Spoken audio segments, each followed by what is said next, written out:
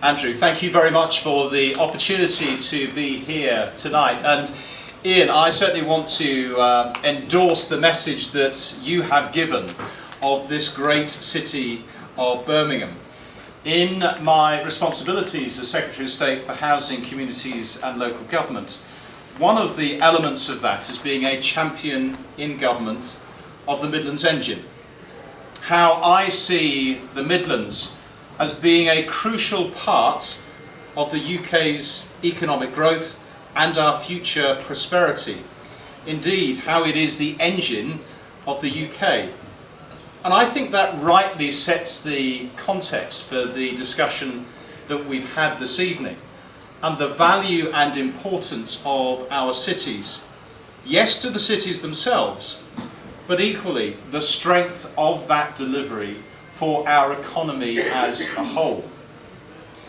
Thank you to the Centre for Cities for the report that you've published, because I think that that's quite instructive in underlining the significance, yes, of individual cities, but also the fact that when we talk about economies, when we talk about prosperity, that's made up of individual economies, how the cities themselves drive that growth through the regions around them, and why I think there has been so much importance attached to our city-region deals that look at what we do for that city, but also recognising the huge benefit for the surrounding area too.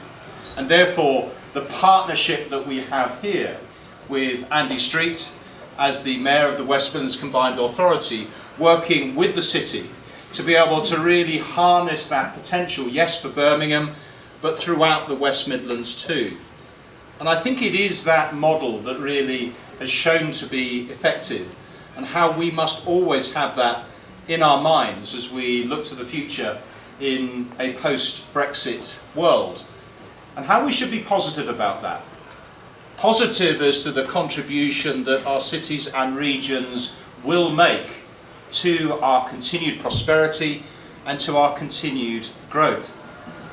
We obviously will have the UK Shared Prosperity Fund that will address the funding, the strategic funding that comes back from Europe, and how we can use that effectively and smartly as a government for the benefit of our country as a whole.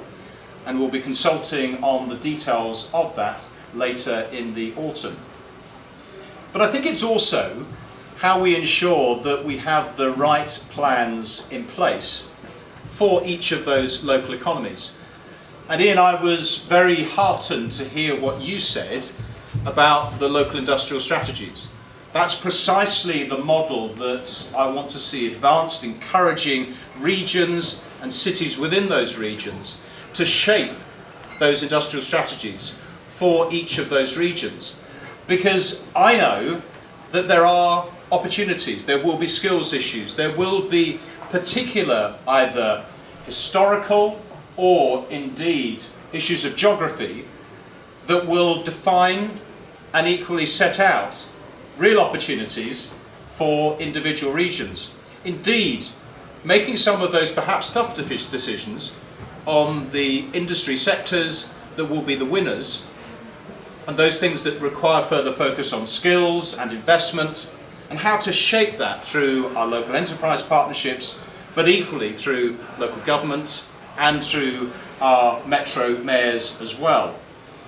And so this devolution framework, I think, has created some real excitement, a real buzz about what our cities are, what they can be, how to empower that leadership, that sense of direction. And I think that we have seen the real benefit for that. We will obviously be considering the next steps around this and what the next steps on devolution may be. And I intend to bring forward the devolution framework in the autumn as the start of a new conversation about how we empower places and communities. Because it is that agenda of communities that really is at the forefront of my mind. As yes, we build the homes our country needs, as yes, we look at a strong, vibrant local government sector, it is about creating strong, confident communities economically and socially.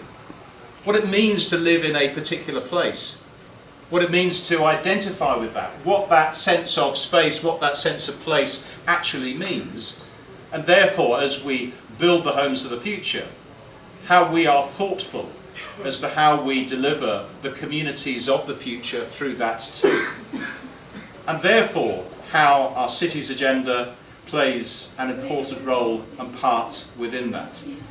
So, as we look to the future, yes, I do so with a sense of confidence as to what our cities have done, how they have created that sense of growth and prosperity.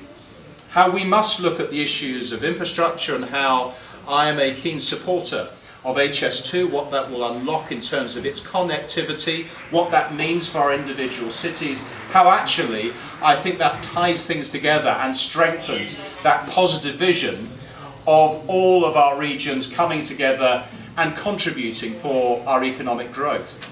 Because it is that powerful sense that the Prime Minister set out of a country that works for everyone. Each part of our United Kingdom.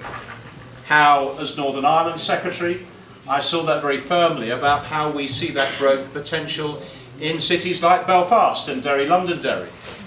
How we look at the city deals for the future, how that benefits our regional growth, but what that means for our identity as a country, what that means for our confident outlook for the future.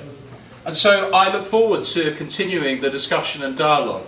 Thank you for hosting tonight's event in some way to give structure to that, and I hope to take that conversation further forward. Because our cities matter, our cities create that sense of identity, but they drive that growth that we know we will continue to see into the future. Therefore, how devolution has, I think, helped unlock that, what the next steps can be, and how we can look to a bright, positive future of what our cities are, what they will be, and what our country will be too. Thank you very much.